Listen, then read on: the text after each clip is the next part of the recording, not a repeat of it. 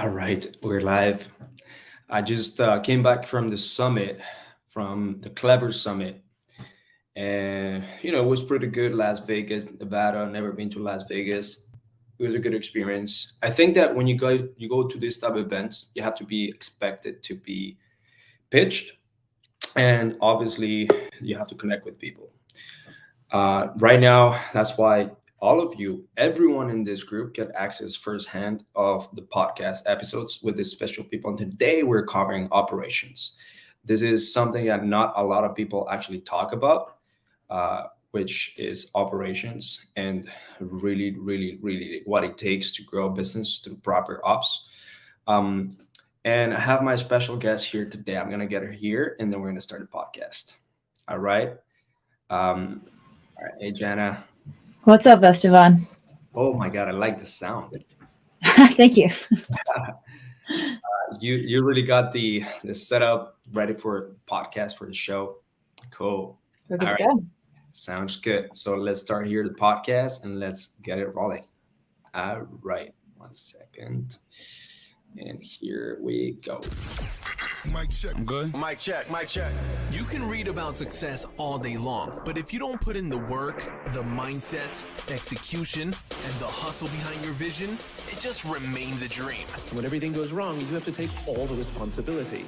We uncover what high-level entrepreneurs, business owners do to rise up from hustling daily. So do what you feel passionate about. Take chances. The world becomes your library to help you to become better at your craft. Join me as I share with you actionable tips to help you grow your business, learn skills, and help you level up in your self-development journey. Your number one spot for business and personal growth is the Online Hustlers Podcast with your host, Esteban Andrade.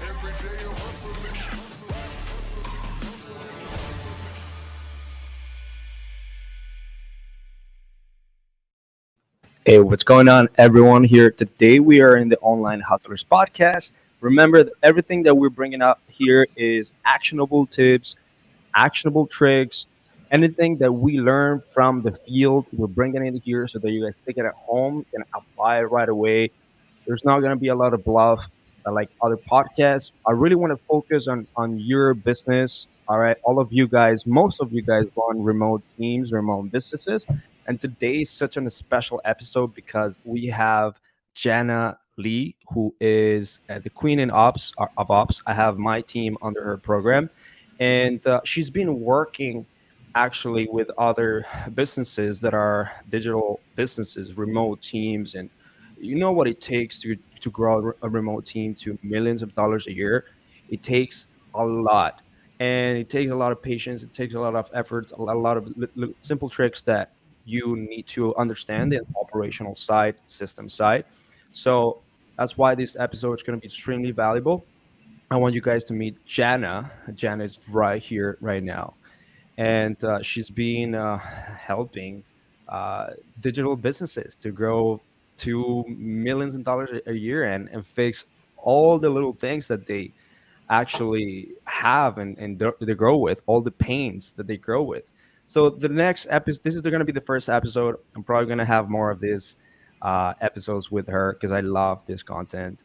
But today, let's meet Jana. Please tell us exactly who you are, where you're coming from, so that everyone here that is listening gets the most out of it and can share it. If you share it with everyone on Spotify, Audible, and all these other channels, they can get this value. Sounds great. What's up, guys?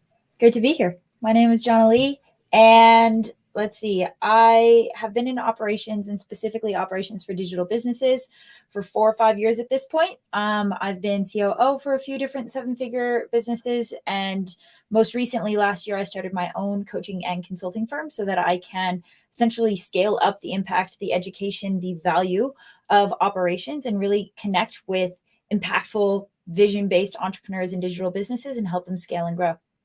That's amazing, Jana. And I think that throughout your journey, you've actually became so passionate about operations, that is so crazy. When I speak with you, it's like I get not only like educated, but I get inspired. And like when you talk, I'm like, oh my God. So I really wanted the listeners to feel the same thing. Why'd you started loving ops, like operations as a whole? Yeah, it's interesting because when I took my first operations job, I didn't even know that that's what it was called, right? Like, I think if I was to go to the average business owner and ask them what operations is, I'd probably get a different answer for every single person, which is so silly to me. Like, every business needs sales. We all know what sales is. Every business needs marketing. We all know what marketing is. Every business needs operations. How is it that we don't know what operations is, right? And I was that when I started my journey. And I think I fell in love with it just through trial and error, through realizing that it was a unique skill set and it was really intuition at the beginning, but it was a unique intuition that actually wasn't already represented on the team and specifically the leadership. And so I just followed the breadcrumbs and I finally figured out operations is what it's called, and it's what I'm good at, and it's what I love. And so that was the line I decided to draw in the sand and dive into it and just absolutely nerd out about it, which is what I've done.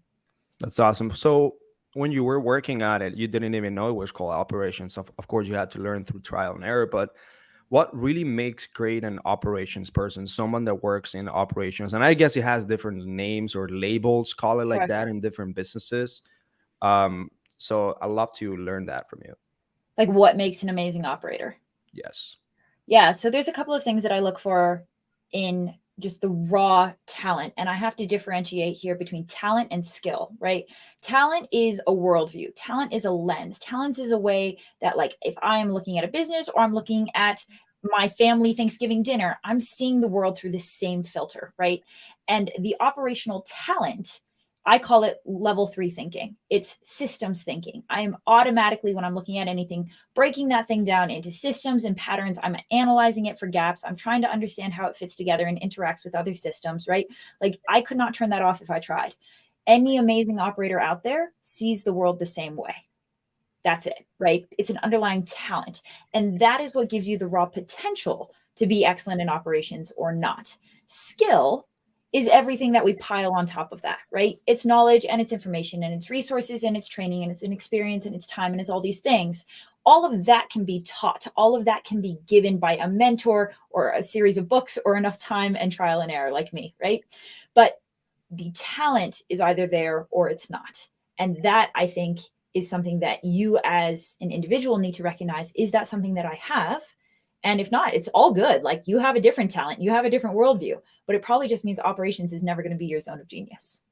Right. Okay. So when you were just going full into these companies, like, you recognized that you had an operations talent, like some sort of something for operations, right? Yeah. And when you're looking at other team members or people that you also want to bring in your team, like, what are those things that are super recognizable that we're looking in, before even getting them to work with us, that you need to understand? These are the points I want to bring to my team. You're talking about for any role or just operations? I would say, let's call it, an operations can also be called a team leader. Would that be fair? I would call that management, not necessarily Management. operations. Yep. Okay. All right. So then let's break it down, because, like, operations is such a big thing, and people, Yep. I think, need to understand it in a level that we can break it in, because operations, you can call an operator someone that does, I guess, cold calling, like they're operating in that cold calling. Sure. The term is not so clear. Yeah, exactly. So let's make sure that we have someone in that, like, someone understand here from our listening, like, wow, operations, growing businesses through these systems and learning how to get the best operator or get the best operator out of you. What type of operators do we need to grow businesses? Okay. So let's start with just my definition of operations. And again, I'm not saying it's the right one. It's just the one I've come up with. I define operations as any act or action within a business that is required to optimize its core 4 resources. Those resources are time, energy, money, and human potential. Guys, at the end of the day, your operator or your operations team, think of it as like the financial advisor in your business. Your financial advisor's job is to take your pot of money and get a 10% return instead of an 8%, right? Your operator's job is to take your pile of time, energy, money, and human potential. These are the resources at work in your business, and get you a 10% return instead of an 8%, right? They are there to maximize the return on investment for every single action and every single day and every single second and every single dollar that your team is investing into your business, so that it is driving the maximum potential growth, revenue, profit to that company, right? Does that make sense, Esteban? Makes sense. Makes total sense. Cool. So right now, obviously, a lot of the listeners are either digital marketing agencies or, for example, wholesaling companies that they do acquisitions of homes and then sell it. They flip contracts, sell it to investors. They Okay. all need this, and I'm pretty sure they get stuck at some point and in some revenue level or at some amount of clients level where Sure. they cannot just grow and need operations. So let's talk with what you know and what you have been going through. Let's say, what will be the journey in the operations level to grow a business that is starts doing zero from scratch all the way to $100,000 a month, and how does the evolution of operations would look like? Sure. I wouldn't say that revenue is the best metric to take there, Okay, only because it's going to depend on the business model, right? I'm right. not familiar enough with the revenue model of real estate wholesalers to say that it's going to be at exactly this revenue mark. That being said, guys, it doesn't matter, right? Because it's not about a revenue number, it's about a volume of complexity, right? Okay, Again, it's about hitting a certain volume of time, energy, money, and human potential to be managed, to be optimized. You have all of those resources at work in your company when it's just you in your mom's basement with a computer. But there's not enough efficiency loss, and there's not enough efficiency, like potential efficiency gain in that small of an operation to be worth optimizing. Like we're talking about cents on a dollar, right? Like it's nothing. As your company grows, as your team grows, as your volume of clients grow, as the complexity of your business grows, every single additional piece of complexity represents potential gain, potential efficiency, potential optimization.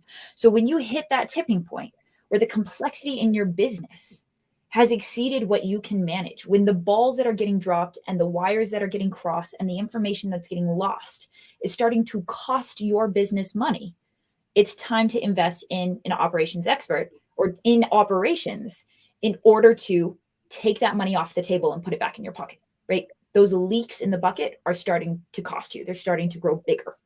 And so I would say that in any business model, your business is going to tell you when you need operations, right? Shit's going to start breaking. Like it's just going to start to break.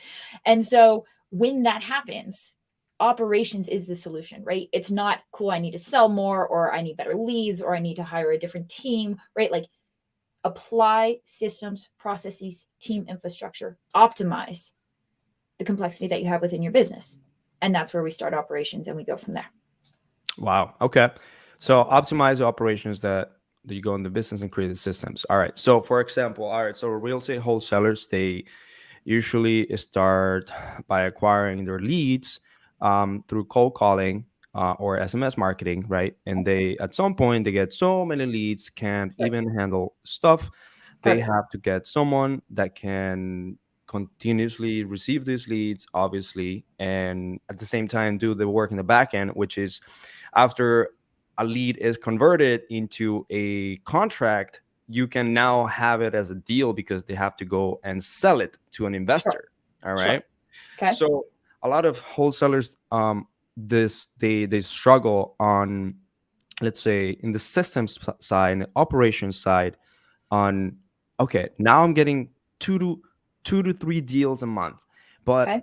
I can't grow. Like I obviously the coaches all say, oh, hire VAs, hire this, hire like have a marketing channel that works and be Sure. able to have your cold calling team and potentially a closer, um so that you can remove yourself from the business. But really no one really understands like why, like, or really understands like what are those steps that I really have to take Sure. moving forward. Like Okay.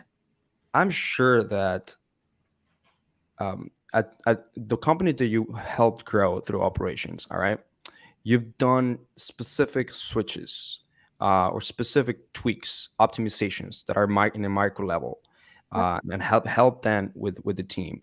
Uh, can you walk us through like some examples when most businesses usually feel stuck and they need to like Sure. include operations in order to really grow?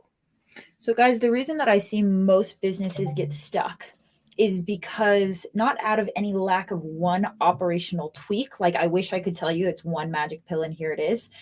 It's a lack of the operational lens, period, right? Going back to talent, when that worldview, when nobody across the business is looking at it through the lens of systems and patterns and inefficiencies, then all of those little inefficiencies will continue to aggregate and stack up in your business, and it will stall you out. It will stagnate you, right? And your brain, if you're the visionary or the business owner, is saying, well, I need to sell more, or I need to market to better leads, or I need to improve my product, because these are the levers that fit with your worldview, your talents, right? It is not a lack of a project management system or a Slack channel or an SOP that is stagnating you out.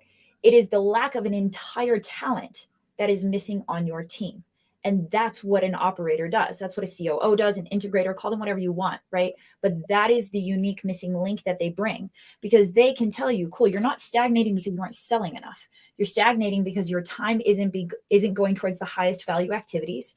Your team is being stalled out because they're spending all of their time chasing down information instead of actually executing their work. Your focus is being used inefficiently because you're consistently being pulled into random Slack notifications and client fires. Your entire company is operating reactively because you don't have the systems or the clarity of strategic vision to do otherwise, right? Like your operator will be able to come in and help diagnose why it is that you're stagnating. The magic pill isn't a system, it's a person. Does that make sense? Makes total sense. Okay. So you said different points in there. Let's walk through some of those points, right? Like it's not just like a system that you have to create. It's just like that person, like that talent that eventually is what's going to help you. All right. So what was the first thing here that you created? I tried taking notes here, but went pretty I fast. would, Mhm. if we're walking through, I think what you're getting at, Isfan, is like kind of what's the evolution of operations within a business, right? Yeah, let's do that. The general best practices are going to follow a pattern, guys. At the very beginning, you don't have any operations. Operations are a distraction. Don't focus on them. You don't need them. Figure out what it is that you're selling, right? That's like the 0K plus range. You're just trying to figure out what your product is and how to sell it. That is the only thing that matters. Figure it out. Once you have your acquisition machine kind of built, right? You have a reliable way of marketing to your leads and selling your leads. Now we're starting to step into operations. You're probably hiring your first team, so you need a way to communicate with them. Slack is probably going to be one of the first things that you invest in operationally, because you need a way of communicating with your team and a way of communicating with your clients. The second core pillar that you're going to find the need for is a way of centralizing and organizing information. I call this a project management system, a PMS, right? And so your project management system is going to be that central warehouse, that central repository of all of the information that is being managed, collected, used by your team in the day-to-day execution and fulfillment of your business, whatever that is, right? Project management systems are relevant for marketing agencies.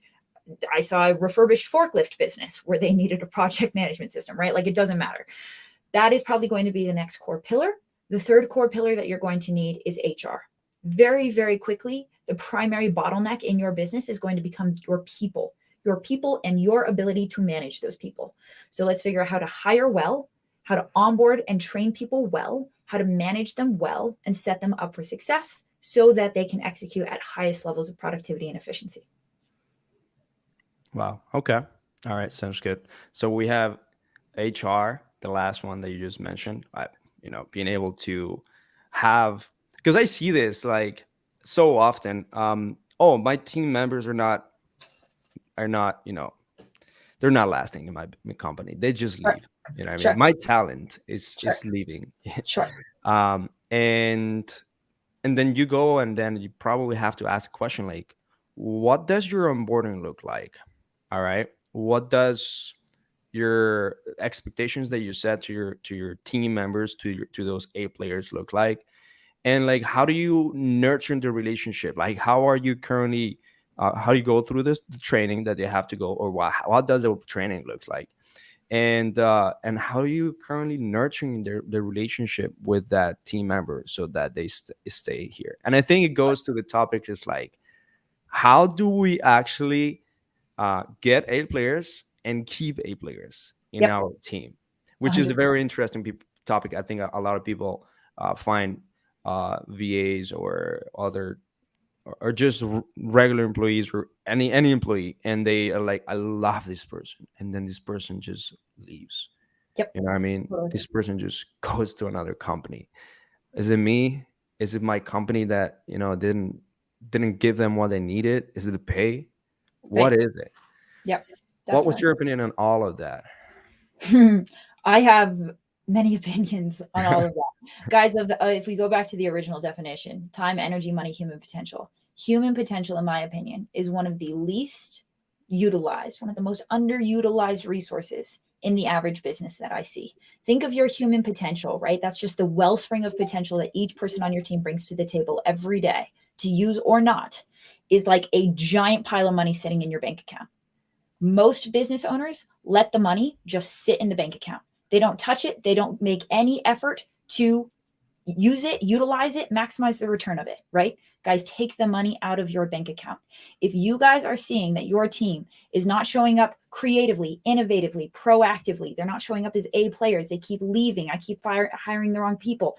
If that is data that your business is giving back to you, I am so sorry to inform you, the problem is not your people.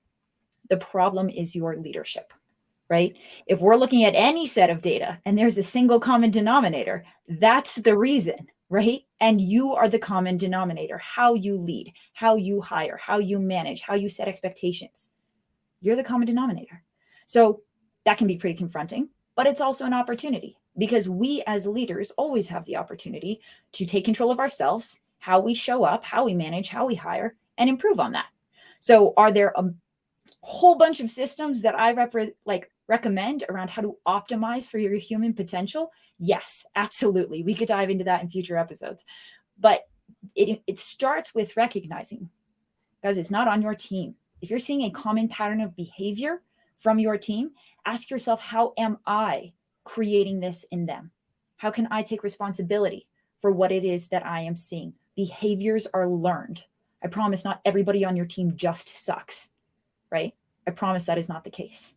Versus on my team, I had somebody who started part-time and within 2 weeks, she quit her other job so that she can come join me full-time, right? We make choices as leaders, which kind of behavior we're going to get from our teams.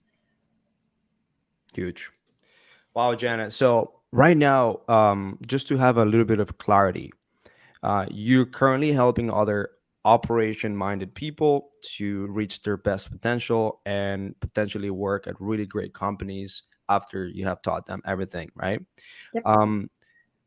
Are you currently focused on digital marketing, or do you think that these operation people that you have been helping and training, can they be placed in different other industries or niches or Great question. business models? Yeah, great question. What I love about operations personally is that I genuinely believe it to be universal. Genuinely. The language may change, the set of tools may change, but the underlying best practices when it comes to optimizing for these resources, guys, they don't change. Money is money, people are people, business is business. As long as those things stay the same, operations has value and the best practices apply. So I train my operators to be universal operators. They understand the best practices, they understand the theory, and they understand how to apply that critically to any business that they walk into. So will they work best with digital service-based businesses? Yeah, I don't really mess with supply chains, can't help you there. But if you have a digital service-based scaling business that already has its product figured out, already knows how to sell it and fulfill it, then you need operations, and my operators can probably help you. Okay. And if someone here listening, that is a listener, has someone that, hey, this person, I know that they are amazing. Like Yep. they're potentially a plays rock stars, they're rocking my world, my business, but I really want to help them. And Yep. I know that their integrator part, which by the way, there is a test, whether you can find whether they're integrators or not by the Rocket Fuel. I think it's like crystallizer test. Everyone listening here should take it, give it to their team and see, what they are. There's other tests too. But let's say they have this person, all right, and it's like integrator based and every, but I really want to help them. Like, what are those things that you're gonna walk them through, or like how can you help an operator literally level up their role? Yeah, so that is a lot of the operators that find their way into my program, guys. Again, operations is a talent, and there are not very many training programs or mentorship programs out there to help operators convert that talent into a genuine skill set and add value to your business through it, right? So that is what Ops Academy does. If you have an individual on your team that you're like, you know what, based off of Jonna's description and her definition, I think I actually might have this person already. They're proactively fixing systems. They're proactively organizing things. They're constantly coming to me asking about, could I make this better, or how could we make this better? That might be an operator just waiting to be unlocked. That's a person that I can absolutely work with. Because again, they have the talent. All they need is somebody who already knows to give them the experience, the mentorship, the skills, the resources, the templates that they can then take and apply within your business. Guys, So I kind of that's have probably, yeah, go for it. can't wait to have a second episode with you where we actually dive in. I know that you're going to set time, set schedule. Yep. Let's go. So I everyone that's listening, just share this episode away. I'm gonna give my thoughts here on operations after this, but like a lot to have you, Jana Lee. How can people actually get you? How can people reach you or anything, or Totally. follow you on Instagram? Probably the best way to do it, guys, would either be follow me on Facebook or grab me on my website, www.jonalee.com. There's a link on there to book a call with me. Happy to hop on a free discovery call with you, dive deep into essentially diagnose what's going on in your business. What are the bottlenecks that you're feeling right now? And if there's something that I can do to support you, we can chat about that. I love this. Let's go for a second episode in a few episodes after this. Thank you, All right. Jana. Bye, y'all. You're the best. Bye. Wow, guys. So operations systems. This is something that I continuously to improve and struggle with. Every single day I try to get better. I came from an engineering background, so I kind of have a little bit of engineering behind it and systems, but I never really managed people. I never was a leader in my other jobs. I never was like a team on a sports leader or something like that. So there's a lot of stuff that you have to learn about operations and being an actual operator. And like she said, finding those little gaps and cracks that happen in your business that ultimately is just, it could be so small and it could be like happens on a daily basis, but it's so important because those little things, micro optimizations, will make you money. All right, would not only save you money but make you money. And Jana is specialized in this. She will rock your operations team. She's currently helping my operations team, and I think we're doing fairly well. We're about 120, 150K a month or something like that. So it applies to any business, and I really like to have a second episode with her. So if you guys listen to this, you found some value, just share it away. We're gonna have more episodes about operations and systems, like true operations and systems. So I can't wait for this. I'm sorry that it was only like 25 minutes, but let's freaking go. Let's crush it. And follow Jana on Instagram and follow Jana on Facebook. I believe it's Jana Lee or something like that. But yeah, go back to the episode and you will be really, really, really good if you talk to her on a discovery call. You'll understand a lot of things. All right, take care, guys.